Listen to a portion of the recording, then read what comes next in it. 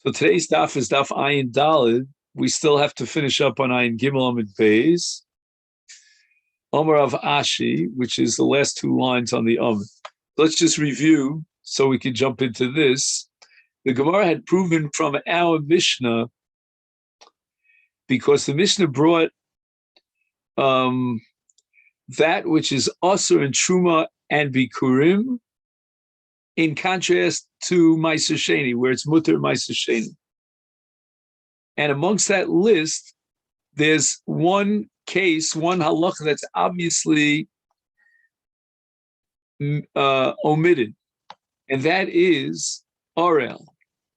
That an Orel is Mutter b'Ma'aser Sheni, as opposed to Truma and Bikurim. And from that omission, the Gemara wanted to prove that an Orel is Enochinami Asur b'Ma'aser Sheni. The Gemara rejected it because of the principle of Tana V'Shir, because in the Sefer of the Mishnah, in the list of halachas, we find that there's a shir, there's something that was omitted, which was the halacha that there's an isur to be mevayer to destroy and benefit from the destruction of truma, of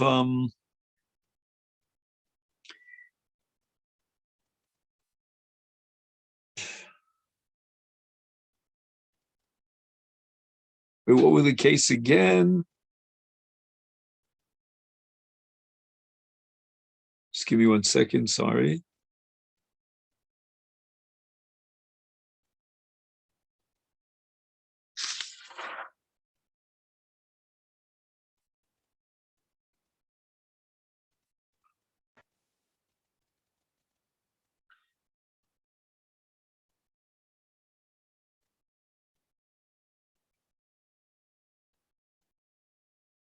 Yeah, of Ma'aser Sheni and Bikurim.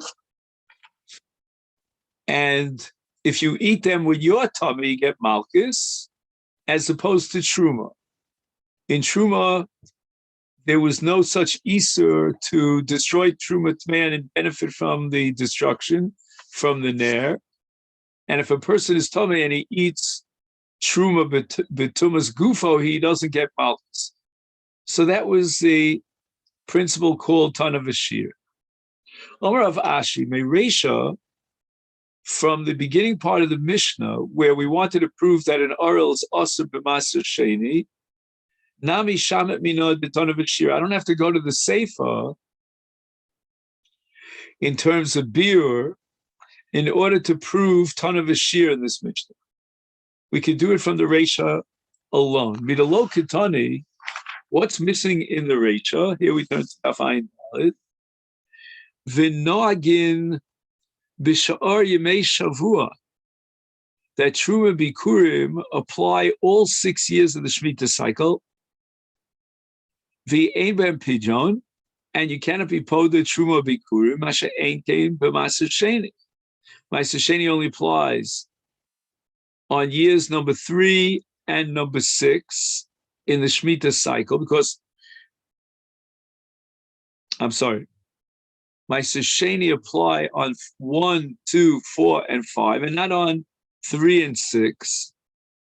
And Ma'aser Sheni lends itself to pidyon, as the Torah says, "V'tzarta kesef b'yodecha,"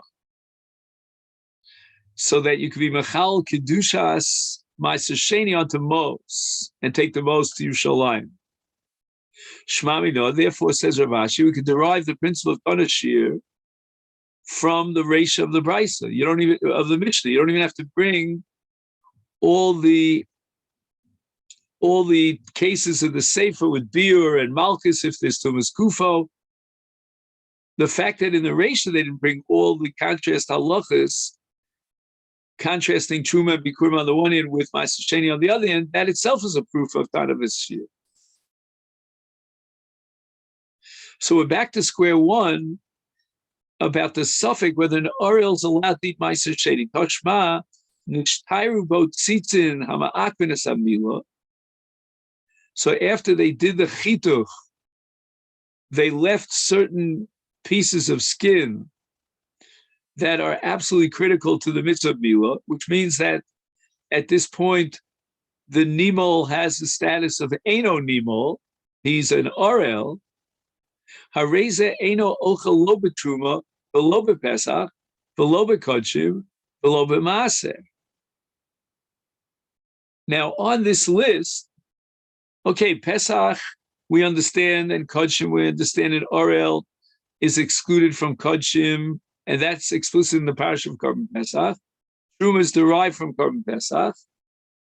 But what about Maser? But what about Maser, which we assume right now is Maser Sheni? So it seems explicit from this brisa that an Orel is excluded from Maser Sheni. Why? Because he didn't remove all those chatichos of basar that are ma'akivis hamila, and it remains an orel. And an orel is enjoyed from eating maser sheni. My love, lo maser doga, meaning maser sheni, lo maser behema. It means that the 10th animal, after you count out all the 9 and you get to 10, that animal is designated as Maser Behema, and it's brought on the Mizbeach. But it's very possible that Maser Sheni and Orel could eat from it. So the Gemara immediately asks, Maser Behema Hainu Kodshim. On the list itself in the Brisa, it says Kodshim. Why would the Brisa go ahead and list separately Maser Behema, when Maser Behema is just another example of Kodshim, and an Orel is also Kodshim? So therefore, if we don't have the possibility of interpreting Maser as Maser Behema, then we should go back to our original premise that Maser refers to Maser Sheni, and it proves that an Orel is also Maser Sheni. So Gemara says, wait a minute, are you telling me that everything in this brisa is absolutely necessary? Tamech, Milo Tanan Pesach Utoni Kodshim. Why would the brisa have to list both Pesach and Kodshim? Pesach is just another example of Kodshim. So therefore, you see that the derech of the Tana is to repeat itself, or himself, and therefore Maser might refer to Maser Behema. So the Gemara says, wait a minute, you're building your case on the fact that Pesach is spelled out, even though Kodshim is spelled out. Bishleim and Pesach and Kodshim tzrichi. I need both Pesach and Kodshim to be explicitly mentioned as far as the Orel's exclusion. Why? Because in the parsha of Orel, we're talking about Korban Pesach. No, it's the Iser that enjoins an Orel from eating Kodshim is written in the Torah in the parsha of Pesach. Pesach. I would have said that the halacha of Orel, of Tzitzin HaMakvenis HaMilah, which enjoins the person from eating Korban Pesach, that's Mishum Da'arelus BePesach Ksiva. The source for the halacha that an Orel is excluded is in the parsha of Korban Pesach. Maybe I would think that in a case of an Orel, but Tzitzin HaMakvenis HaMilah, he's allowed to eat Kodshim, because the Torah only excludes an Orel from Korban Pesach.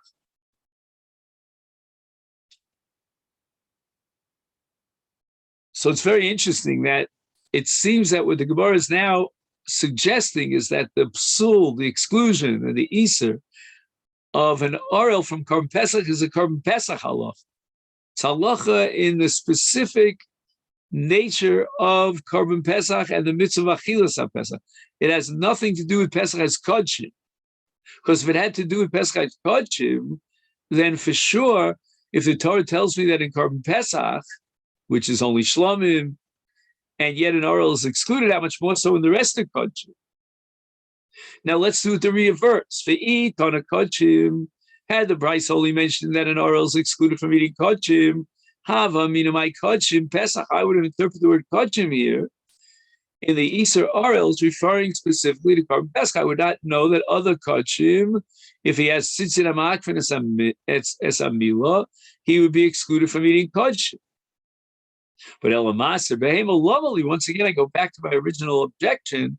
once you have kodshim here in this brisa, and the oral is excluded from eating kodshim, then why would the brisa have to mention maser behema? Elamai, the only possible interpretation is that the word maser here means maser sheni. So you see explicitly from the brisa that an oral is enjoined from eating maser sheni.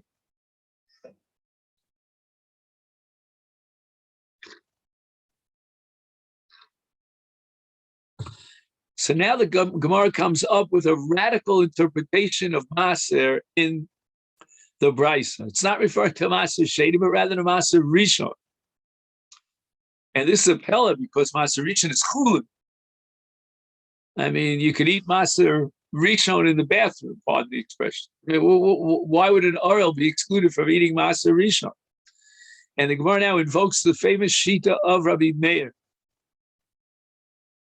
Ella maser rishon u Rabbi Meir hidiyomar. Rabbi Meir has a very unique, I would almost call it revolutionary, a fringe shita, that maser rishon is also lizarim. It means that maser rishon, according to Rabbi Meir, has kedusha. And just like, for example, what example can we give? Maser sheni, which requires pidyon, and you can have truma, which is also lizarim. So too maser rishon is also lizarim. And this is a sugya later on in Daf Pei Vav.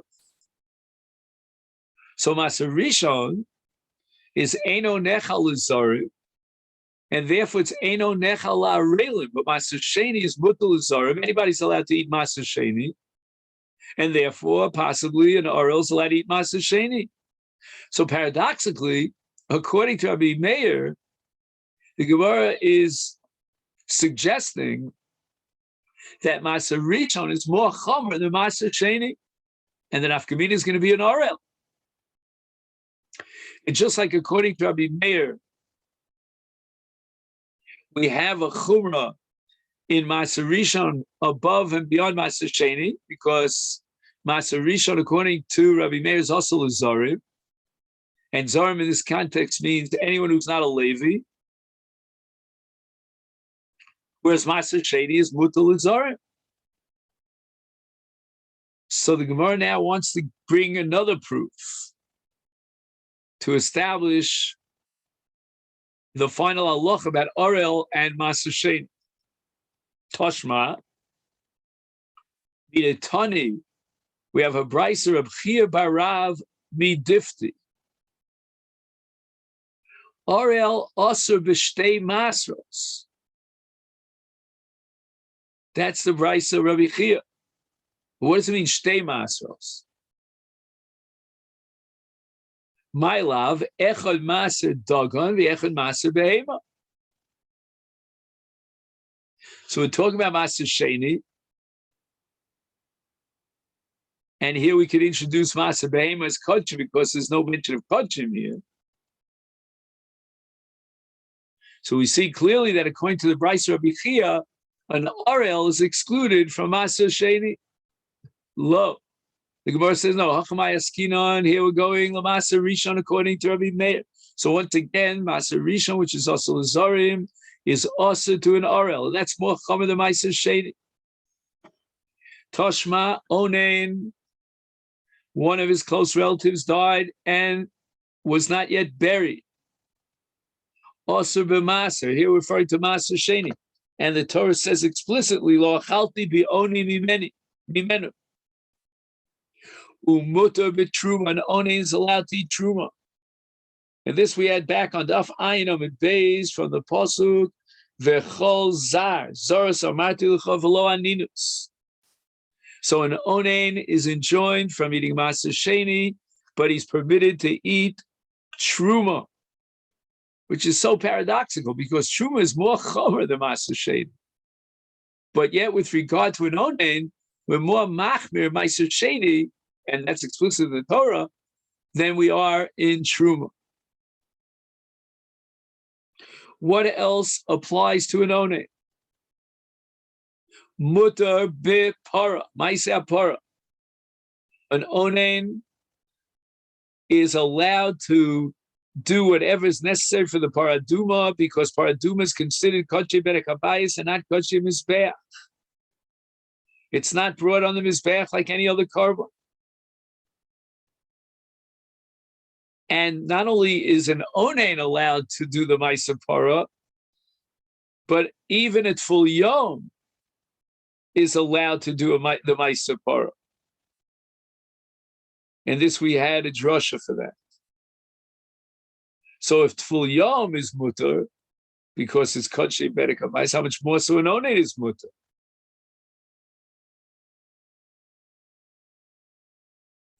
Tful Yom also b'truma.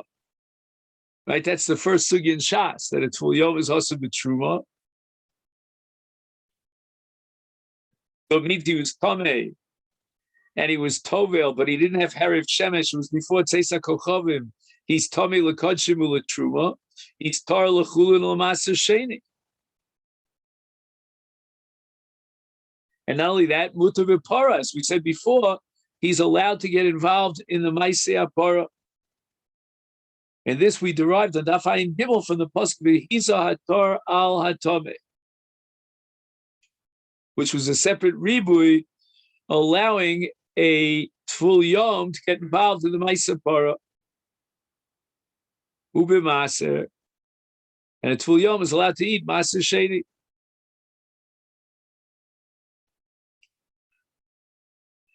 And this is another example that Truma is more chomer than maser sheni, because a Tful Yom, until he had Hariv Shemesh, is enjoined from eating Truma, but yet he's allowed to eat maser sheni. Mechusar Kippurim, which is Zav Zava Yoledes or Mitzor, they haven't yet brought that carbon on Yom HaShmini. Also, they cannot get involved in the Maisa Hapara, and that's because it's called Mechutzer Maisa. It's as if their Tuma still extends until they bring their carbon on the 8th day. But Tful Yom is not Mechutzer Kippurim. And since he's not Mechutzer, nothing more than a Hariv Shemesh, and that's something that he can do by himself, I mean, not by himself, but I mean, it will happen by itself. Therefore, when the Torah was marba ve'hiza tar latame, the lashon tar is mashma michlal shu tame ve'afal pichen kashal azah, and that's someone who's eno mechutzer ma'aseh, that it's Tful Yom, who's only mechutzer zman of Hariv Shemesh. So although a mechutzer kapara is asur b'maisa para, nevertheless a Tful Yom is allowed to get involved in maisa para, which means kiddush and hazah. Umutar v'truma uv'maseh.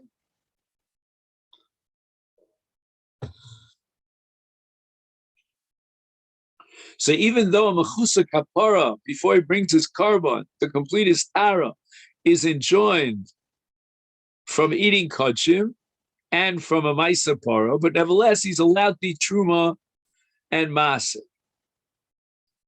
V'im isa, now if you're going to tell me that an orel is permitted to eat maser sheni, nisni orel should have been listed here together with Tful Yom as those who are allowed to eat from maser sheni. And just like we said, Tful Yom is allowed to eat from maser sheni,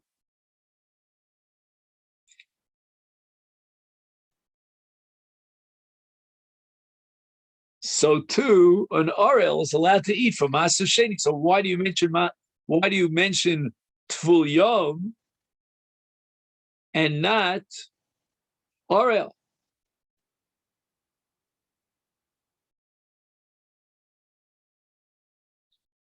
So from the fact that orel was omitted here as a case that the orel is excluded from maser sheni, I'm sorry, as from the fact that the Brisa omits orel together with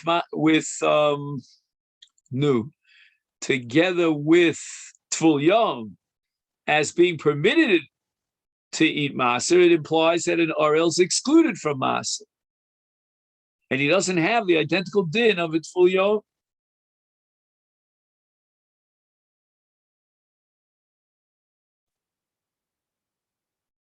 So the Gemara answers, Vada, hi, Tana, Debe, Rabbi Akiva. This brisa that would maintain that an Orel is enjoined, he's also from Masechet.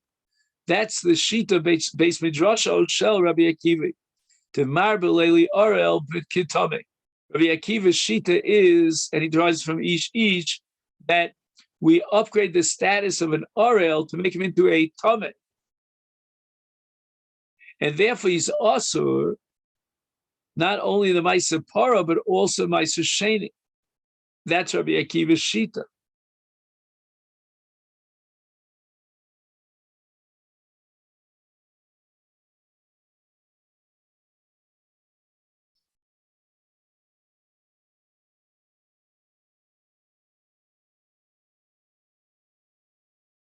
I'm not exactly sure why the Brisa didn't mention this.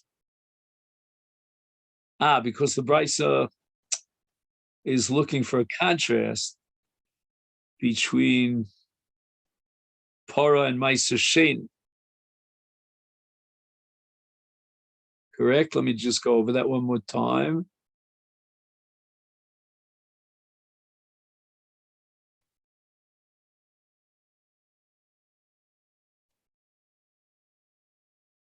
Right, a mechusa kapara, for example, is asur b'para, but he's mutar b'maser.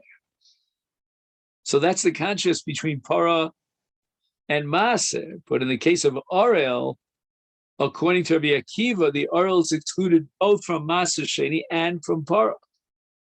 The Sanya Rabbi Akiva Omer, how does Rabbi Akiva know that an Orel has a din of a tameh? Ish, I'm going to read the whole puzzle. Mizera Aaron Vutsaru Ozav V'Kodshim Lo Yochal Adasher Yitam. So we have the extra word each. The Rabbi says Orel, so he's like a tameh, and he's excluded from eating truma. And since he has the status of a tameh, therefore he's also b'para u'b'ma'aser sheni. Gemara asks, "Uman tana de poliga later of Akiva." Can we identify the dissenting opinion that maintains that an Orel is allowed to do the para, and his hazah would be hazah kshera? And the Gemara answers Tana, which means the Tanakama of Rabbi Yossi Abavli. The Sanya Sreifas Hapara Nases Al Yidei Onen Umechusa Kippurim Kshera.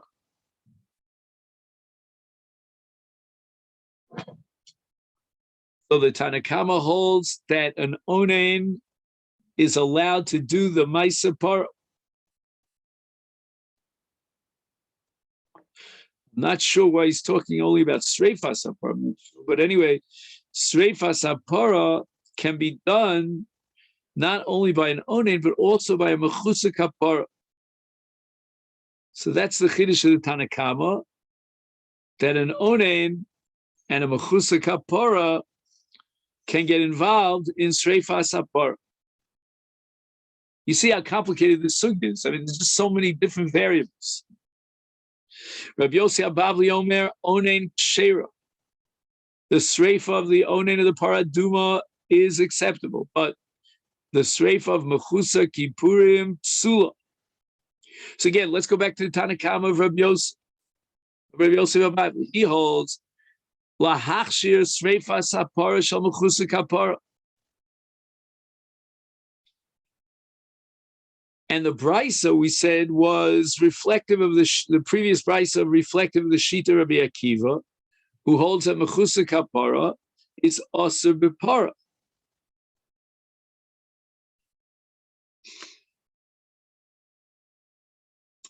So it means that where Rabbi Akiva holds that Mechusa Kapara is Asur B'Para, the Tanakama of Rabbi Yosef Abavli holds that Mechusa Kapara is Kshera L'Para.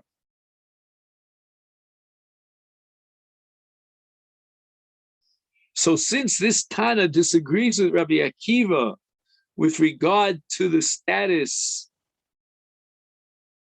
of a Mechusa Kapara vis-a-vis Para, therefore it's logical to assume that that Tana would disagree with Rabbi Akiva even with regard to an Orel and he would allow an Arel to do the para. Since he allows Mechutz Kapara, then he would also allow an Arel. Now the Gemara wants to quote another Tana that agrees with Rabbi Akiva to exclude an Arel from Masechet. Rabbi Yitzchak Savar, he also agrees to Rabbi Akiva that Arel also b'Masechet. The Amar Rabbi Yitzchak minayli Arel sha'asur b'Masechet shenemar mimenu b'Masechet. The pasuk says, "Lo achalti ba'oni mimena, lo bi'arti mimenu b'tameh, lo nasati mimenu lemes." And the word mimenu is coming to include an Arel in the Isur Masechet. How so? Why do we say the word mimenu? It comes to exclude an Arel from eating Masechet, because in Korban Pesach, where we have the parsha of Arel, the exclusion of Arel, nemar mimenu b'Pesach. In Pesach it says, "Al tochel mimenu no mevushal b'mayim," etc., etc. V'lo mimenu ad boker, v'anosu mimenu ad boker b'eish titzrufu. Soon we're going to see that we dash in three different halachas from the word mimenu, both in Masechet and in Pesach. But now we have a gzeira shava between Pesach and Masechet, mimenu. Ma mimenu amar b'Pesach Arel aser bo, af mimenu ha'amar b'Masechet Arel aser bo. So this Rabbi Yitzchak complies with the shita of Rabbi Akiva that an Arel is excluded from Masechet.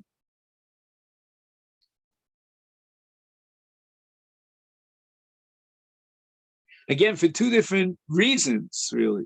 I mean, in Rabbi Akiva's case, an Arel is excluded because an Arel has the din of a tameh. And in Rabbi Yitzchak's frame of reference, it's Arel derived in Masechet from a Gzeir Shabbat to Pesach. Now the Gemara says the following. Whenever you have a pircha on a Gzeir Shabbat, you need mufna. You have to prove that the Gzeir Shabbat is based on redundancy. So the Gemara says the following. The word mimenu in Pesach and Maaseh, mufni. It must be that these are redundant, superficial words. Why? The lo mufni, I have a simple pircha.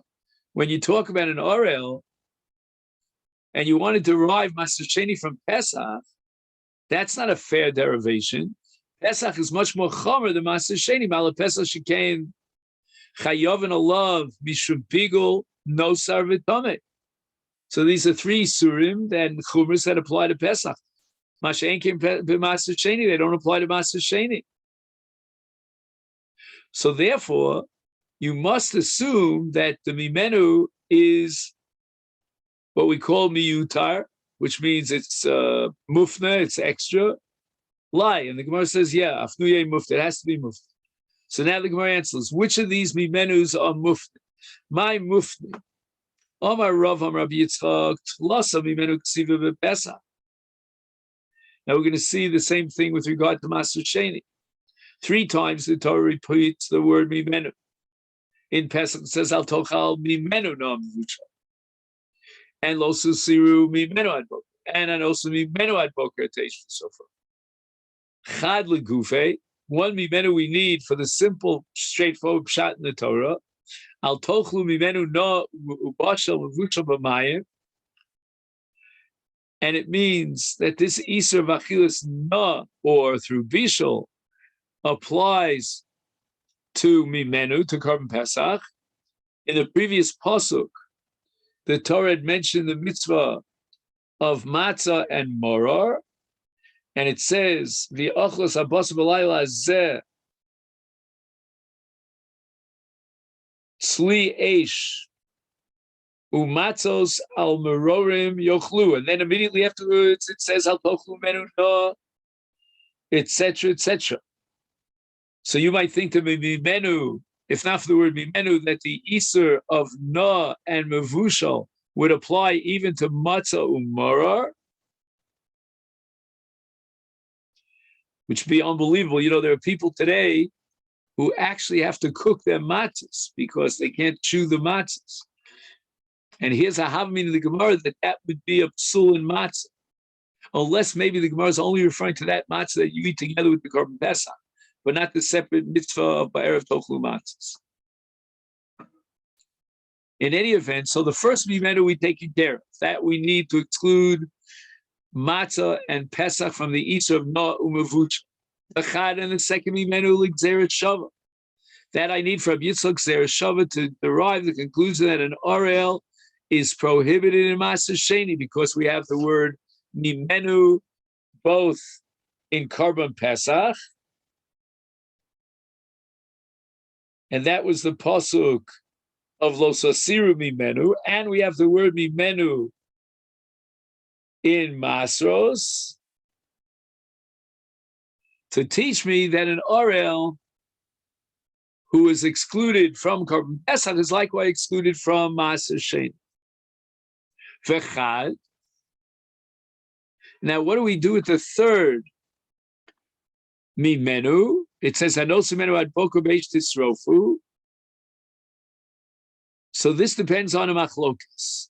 L'man di Omer ba kosav litein l'cha esay ba'esh tisrofu achar lo sasir mena ad boker, to teach me that we have a lav anitek le'esay v'ein lokin olav. So it means that if a person violates Isur Nosar, he doesn't get Malchus. Again, this is all according to the opinion that Lav She'ein Bo Maisa would get Malchus, because Nosar is a classic case of Lav She'ein Bo Maisa. But it doesn't get Malchus because it's a Lavanipik Liesa. So according to this Shita, the Ksiv Nosar, Ksiv Nami Mimenu.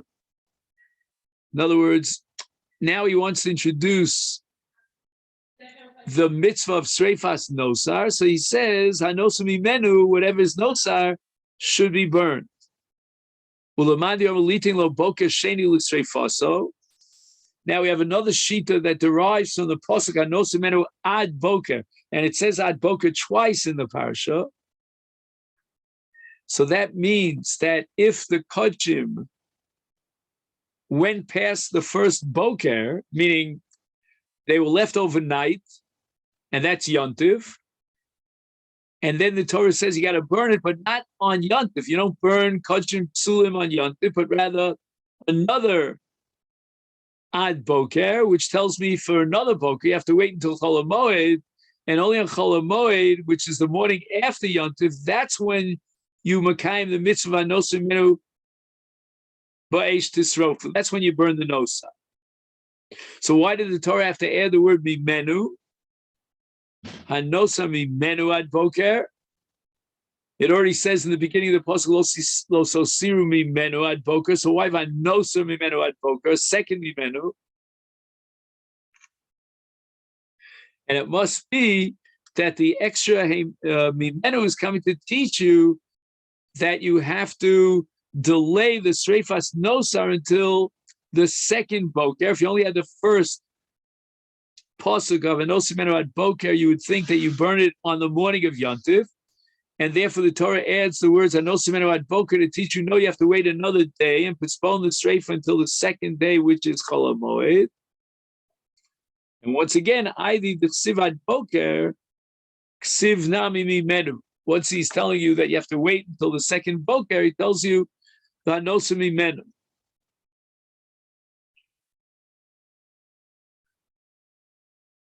So these are the three times that it says Mimenu in the parsha of Pesach. Now we get to the three Mimenus in Maseh. Tlosa Mimenu ksiva b'Maseh. It says Lo achalti boni Mimenu, v'lo b'yarti Mimenu b'tomei, v'lo nasati Mimenu lemes. Chad legufei. One is to tell you that an onen is also in Maser Sheni, but he's mutter Maser Rishon. Bechad, and the second one, Lo biatu mimenu b'tomei lid Rabbi Avo, Amar Rabbi Yochanan, which we had on Tafayin Gimel Days, that mimenu means that if you have shemen of Masechet Nitma Ein Atam Mavir. You're not allowed to burn that and benefit from the burning of Shemen and Masechet Nitma, but Shemen Shel Truma, you're allowed to be Mavir, and you could use it as a fire. Vechad, and then it says Lo Nasati Menu Lemes Lidereish Lakish. Yom Reish Lakish Amrav Simoy Minai Lamasesheni Shenitma Shemutar Lisoko. Normally, when you have Masechet Shenitma, you're not allowed to eat it and you're not allowed to drink it.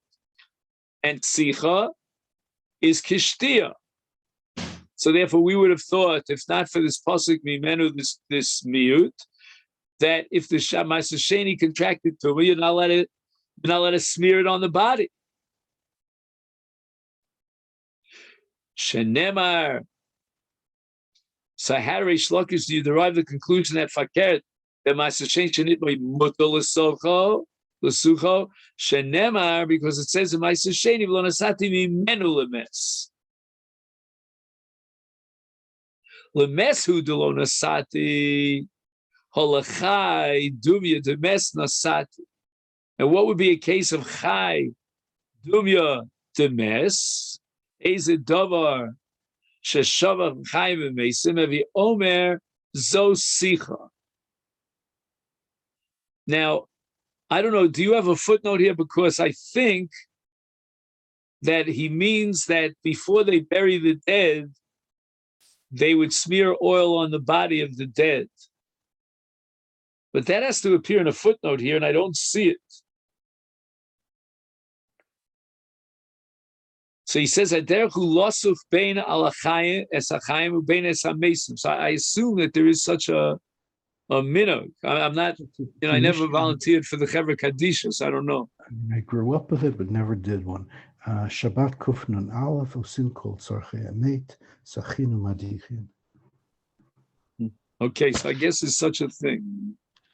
Maybe it's a kind of like embalming. I don't know. It's cleaning. They use oil Cleaning to wash their hands with. Yeah, definitely.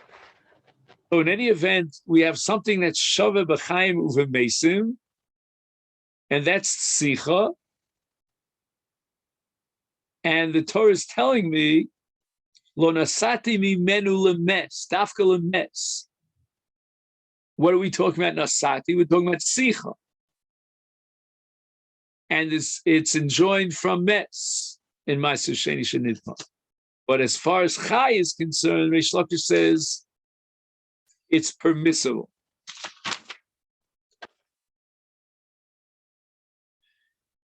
And the Gemara now attacks this halacha of Reish Lakish, who maskif lomar zutra the ema, perhaps when it says lo nasati menu lemes likach lo aron v'tachrichim, that you're not allowed to buy tzarchei ames like the aron or the tachrichim with my Masechet geld, and your diuk that it's only lemes that's also l'shtamish Masechet, but l'chai is muta. No. We're not going to accept that diuk, but rather we're going to talk about tachrichim. We'll talk about malbushim. That with regard to malbushim, the Torah prohibits using Masechet money for buying malbushim for the mess, which is called tachrichim.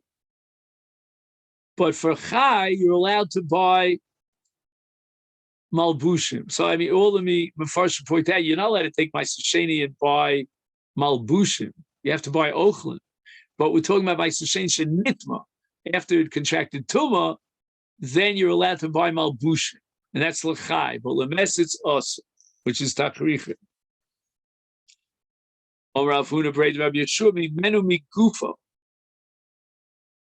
That the word mimenu implies migufo from the Masechet, the peiros themselves. So it's not the havamina that was raised by Mar Zutra that's coming to exclude buying an aron or tachrichim for a mess, because then you're not using the gufa peiros, and the word mimenu is talking about gufa peiros. It's coming to exclude the gufa peiros, like when you do sicha with the peir itself. Now the Gemara is going to offer another answer. How do we know the lo nasati mimenu lemes is referring to sicha? Rav Ashi Omar lo nasati dumya de lo achalti. In the previous pasuk says lo achalti ba'oni mimenu. Malahal, just like achila is special, is singled out in the case of lo achalti ba'oni, and that's migufo from the peros of the Masechet. You eat the peros. Afkan migufo here too. When it comes to sicha, it's a sicha migufa peros, not achrichin. That's not gufa peros. Now let's try to figure out what does the Gemara mean here mufna mitzad echad. I mean, after all, basically we used all the mimenus. We had 3 mimenus in Pesach, 3 mimenus in Masechet, and I think we covered all 6 of them. So my commentary here, the Mesifta, he says that achas mishloshes atevos mimenu shenemru gabi Pesach miuteres. Well, let's go back to the previous sugya and see what is the third mimenu in Karban Pesach, where it says Hanoser mimenu ad boker beish tisrofu. So we had one Mandi Omer that said that it's making nosar, the Isur nosar, into a lav hanita kli essay, and you don't get malchus.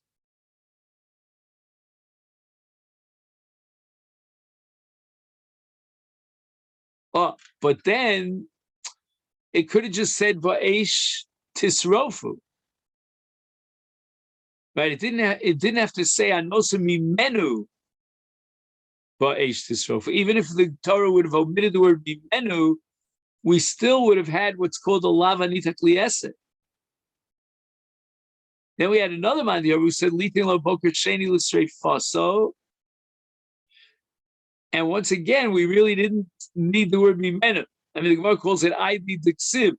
But I guess Aidi Diksiv is not antithetical to Mufna. So that's called Mufna Mitzad Echad. Okay. You're okay. You can have a Gzer Shav with a Pircha. Lemei Devei Meshiva no Pircha. Even if it's Mufna Mitzad Echad, Elaman Diyomer Mufna. We do take a pircha if it's only mufna mitzad echad ma'ikal meimar. And the Gemara answers that there's another mimenu that's miyutar in Meiser. And that's the possible of bi'arti mimenu b'tame. Hach de Rabbi Avo. But wait a second, we use the word mimenu according to Rabbi Avo to derive a din that only in Masechet you're not allowed to be mavir b'tuma, but in Shemen Shel Truma Shenitma you're allowed to be mavir. So the Gemara now offers a substitute derivation from which we derive the exact same conclusion, the exact same halachic principle without Rabbi Avo. So we don't need the word mimenu. Rab Nachman Omer Rabba Barvua Nafka, the Omer Rab Nachman Barvua, my Siv in Truma says, Vani Hinei Nasati L'chas Mishmeres Trumosai. And Trumosai is in the plural.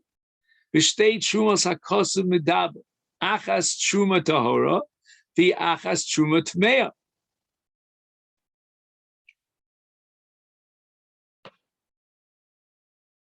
The Omar Achmona, regarding these 2 trumos, the Torah says lecha. Ani neyasati lecha. And what does lecha mean? Lecha means that you're allowed to benefit from it. So there's only an isra achila in truma tmeya, but not an isra na. Shalcha tehela saka tachas tavshilcha. So you're allowed to take shemen. You're allowed to take truma tmeya, burn it, and put your pot of uncooked food on the fire. So we derive from this pasuk that you're allowed to be mavir shemen shel truma shenitma, and therefore the word mimenu in the parsha of Masechet is mufnes. It's redundant. And we're not going to use Rabbi Avo's limud to limit the Iser of Mavir B'tumah to Masechet, allowing Shem and Truma Tmeah to be Mavir. That we're going to derive from the word L'cha. So Memela, the word Mimenu is Miyutar. It's Mufne. So we have them Mufne on both sides. It's Mimenu that's extra in Pesach, and Mimenu that's extra in Maser Sheni. And that gives us the Gzeres Shava. And from that Gzeres Shava, we derive the conclusion that just like an Orel is excluded from Pesach, he's also likewise excluded from Maser Sheni. So it sounds like the Maskana of this Sugya, when the Gemara lines up all these Tanoim, is that an Orel should not be eating Maser Sheni, but that doesn't seem to be the assumption of the Gemara at the beginning of the Sugya. Let's go back for a second to the beginning of the Sugya.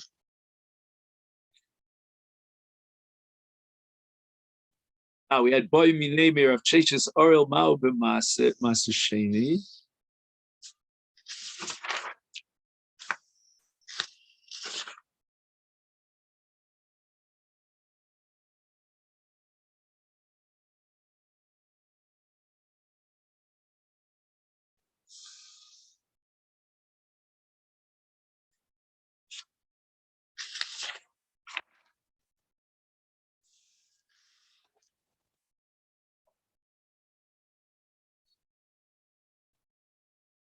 Okay, I don't want to use the time now, but it seems to me that the beginning of the sugya, I have to just find the line. The Gemara is assuming that Orel's allowed to eat Maser Sheni. Okay.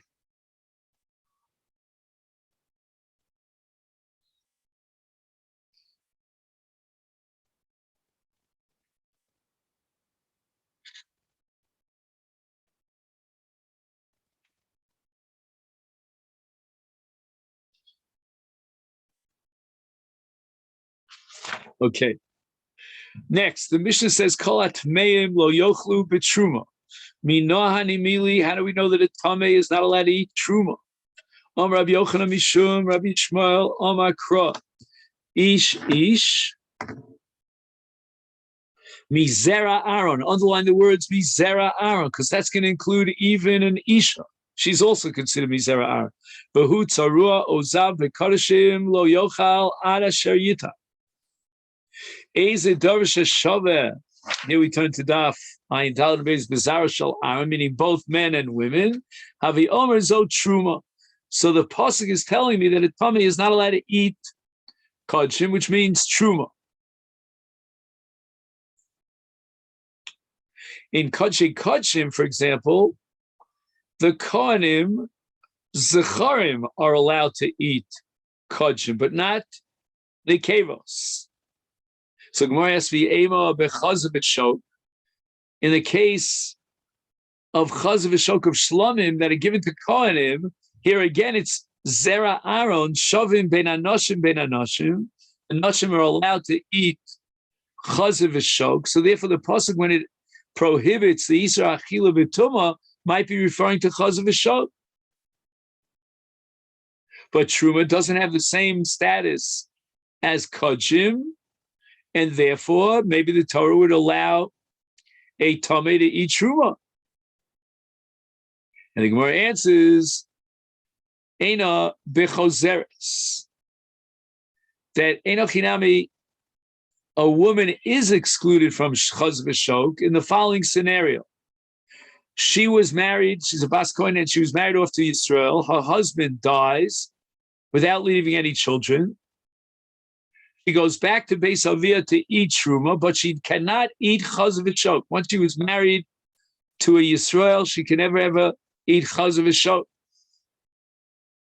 So Gemara asks Truma Nami, you want to tell me that chaz v'shok is not shovel lizaro shel Aaron? Truma is also not shovel lizaro shel Aaron. Why? Eino b'chalola. Let's say a Bas Kohen becomes a chalola. She had a biasura that passes her to kahuna. She cannot eat truma. And when it says chalola lav zaro di Aaroni, if she's a chalol, then she's completely mufka from kedushas kahuna. She's not to be subcategorized as zera Aaron, and she's nischala min kahuna. And therefore, that would not be considered zaro shel Aaron. Hence, we assume that zaro shel Aaron is not referring to a chalola,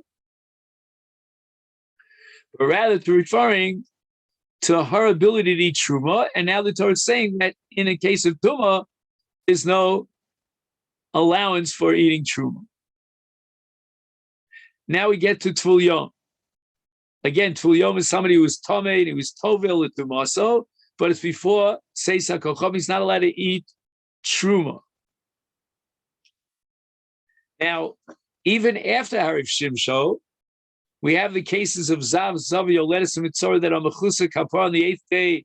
They have to be makriv their karbanos, and until they bring the karbanos, they're called Mechusa Kapara, and they're allowed to eat truma. Mimai Dahai, how do we know that the pasuk that says V'kodshim lo yochal ad asher yitar ad de'ikar of shemesh, it means until the day ends, which means that as long as he's at full yom, he's enjoined from eating truma, but once his hariv shemesh, he's allowed to eat truma, even though he's mechusa kapara. Ema adamaisi kapara. Maybe when the Torah says adasha yitar, it means tara gemura, the complete, total process of tara, and that would mean that he brings his karbanos. But before he brings his karbanos on the 8th day, he's mechusa kapara, he's not allowed to eat truma. Lo salkedaita. To turn to Bei Rabbi Yishmael, we have a brisa from the Beis Medrash Rabbi Yishmael that this pasuk of a kodshim lo yochal is not referring at all to someone who needs to bring his karbonos like a zav after he has 3 re'ios, or a mitzorah muchlat has to bring his karbonos, but rather the parsha is talking about zav bal shtei re'ios. After he has 2 re'ios, then he waits 7 days, he's tovel b'shvi, and then he's allowed to eat karbonos. He doesn't need to bring a karbon.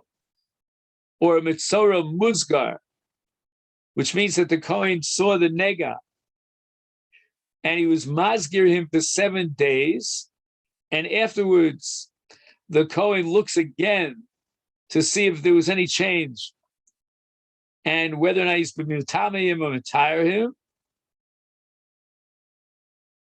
And this is different than a mitzorah muchlat,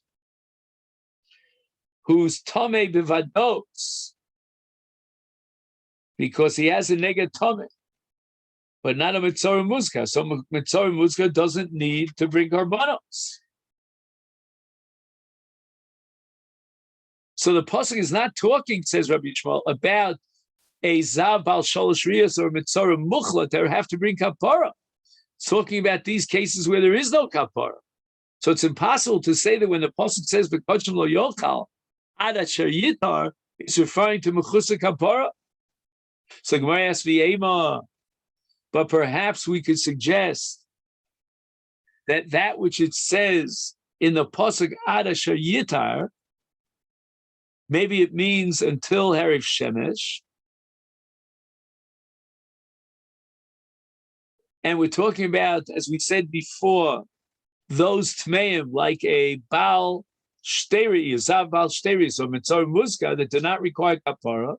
But how do you know that mechusa kapara is allowed to eat kodshim? I'm sorry, he's allowed to eat truma. It's possible that when it says in the pasuk that someone who's tamei is after Hariv Shimsho he eats, Hani Bili to Labar Kapara. He doesn't have to bring his carbon, and therefore the pasuk says that after Erev Shemesh, he's allowed to eat. If he was tummy and he needs to bring a carbon on the 8th day, like for example, a Zav Bal Sholosh Riyos, or a Mitzvah Muchlat, then he's enjoined from eating Truma until Adamaisi Kapara, until the following day on the 8th day when he brings his carbon. Visu, and furthermore, Hadisnan, there are 3 Chiluke Dinim with regard to a Tami Shenitmar. There's Tame V'Taval V'Ola V'Ochel B'Masasheni, that the din of Masasheni is such that immediately after his tefillah, he doesn't have to wait till Erev Shemesh. He's allowed to eat Masasheni. However, as far as Truma, Erev Shimcho Ochel B'Truma, he can also eat Truma, but only after Erev Shimcho. Evi Karbano Och Kapara Ochel B'Kodshim. When are we going to allow him to eat not only Masasheni, and not only Truma, but even Kodshim? That's only after he brings his kapara on the 8th day.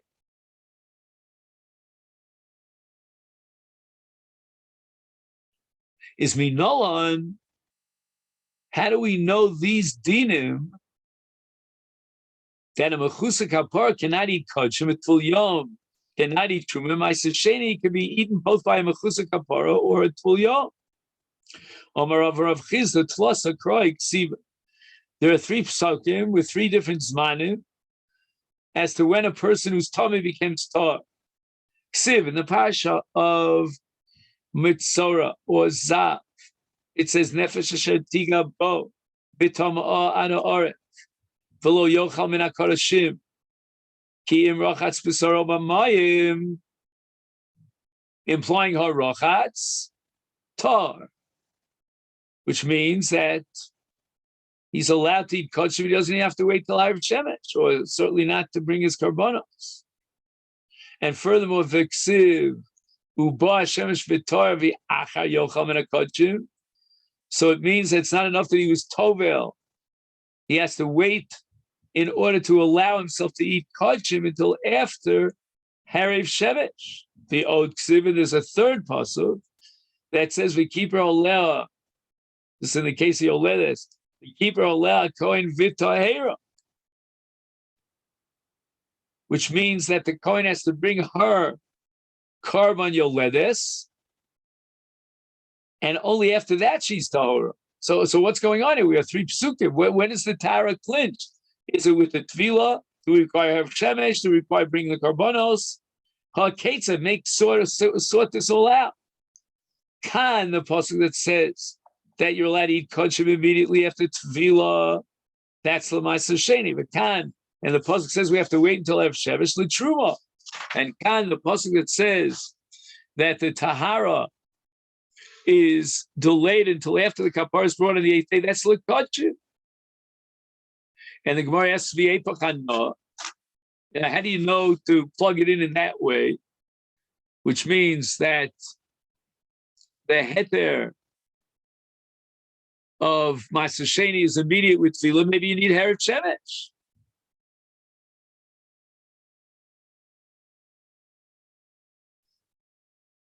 And the Gemara answers Mistava.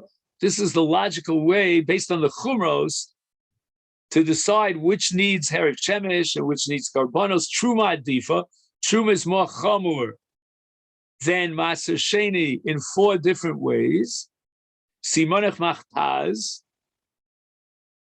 It means ha'ochla b'tumas haguf is chayiv misa b'dei shamayim, and there's a chiyuv of that's so that misa b'dei shamayim is the mem, and the ches is chomesh. He has to add 20% if the zare truma b'shogeg, and pay his pidyon. There's no pidyon with regard to truma. And finally, Zion, Truma is Asura Lizarin. So Gemara says, Adarabba, I'm going to find you chumras in Ma'aser Sheni that don't exist in Truma. Ma'aser Sheni Adifa Shekain Hadas Tav. So the hay of Hadas Tav is Havol Yushalayim, right? There's no din of Havol Yushalayim in Truma. And the chiv of vidui, I guess the dalit comes to the word vidui, which only applies to Ma'aser Sheni, doesn't apply to Truma. And then the samach is from the word the asur li-onein. When onein is enjoined from eating Maaser Sheni, that doesn't apply to truma. And then the test is asur levar mimenu b'tuma, and ha'ochla b'tumas atzmo loke. And then we finally have a base at the end, and that's Maaser Sheni is chai b'bir. And all these chumras apply exclusively to Maaser Sheni and do not apply to truma. The Gemara answers, "Afilu hachi misa adifa." At the fact that truma has the mem at the beginning of machtas, that means yechayev azaru eats truma as chayev misa b'dei shamayim, which doesn't apply to Maaser Sheni. That's the most severe chumrah, and that indicates that Maaser Sheni is not as chumr as truma. And Rav Amar, below misa adifa, nami lo motzis liamar. You can't say that as far as Achilus Truma, it's enough that he's Tovel, whereas Maaser Sheni requires Erev Shemesh.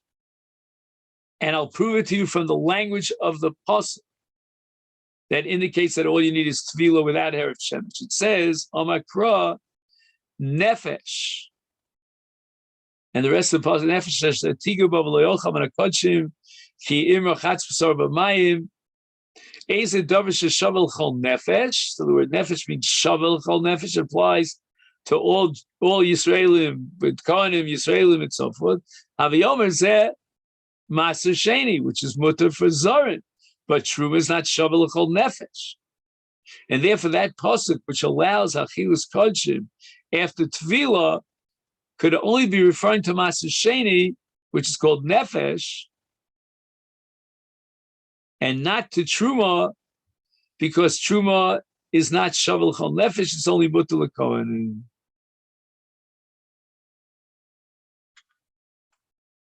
Okay, now it's true we're in the middle of a sugya, but believe me, we'll try to finish this up later on today from the word vakat. Okay, then. So let me know if you're available at any time. If not, you'll have it on record, so to speak. All right, cool.